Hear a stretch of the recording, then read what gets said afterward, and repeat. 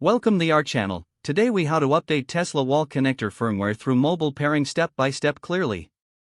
To update the Tesla wall connector firmware through mobile pairing, begin by ensuring your wall connector is connected to Wi-Fi. Open the Tesla app on your mobile device. Sign in to your Tesla account if you haven't already. Once logged in, tap on the charging section in the menu. Look for your wall connector in the list of charging devices. Select your wall connector to access its settings. Next, navigate to the Firmware Updates section. Check if there is a firmware update available for your wall connector. If an update is available, tap on the Update button. Follow the on-screen instructions to start the update process. During the update, ensure your mobile device stays connected to the wall connector.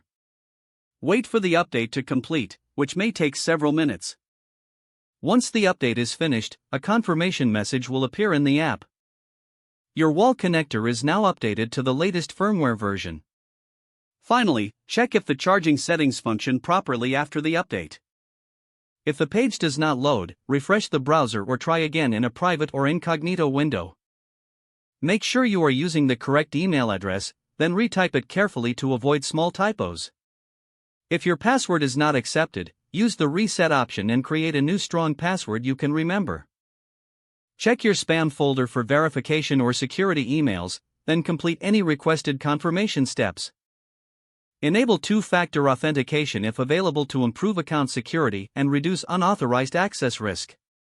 After signing in, review your profile details so your contact information and settings are accurate and current. If you see an error message, note it down and try again after restarting your device and internet connection. Log out when you finish, especially on shared devices, to keep your account and payment information secure. If the page does not load, refresh the browser or try again in a private or incognito window. Make sure you are using the correct email address, then retype it carefully to avoid small typos. If your password is not accepted, use the reset option and create a new strong password you can remember. Check your spam folder for verification or security emails, then complete any requested confirmation steps. Enable two-factor authentication if available to improve account security and reduce unauthorized access risk.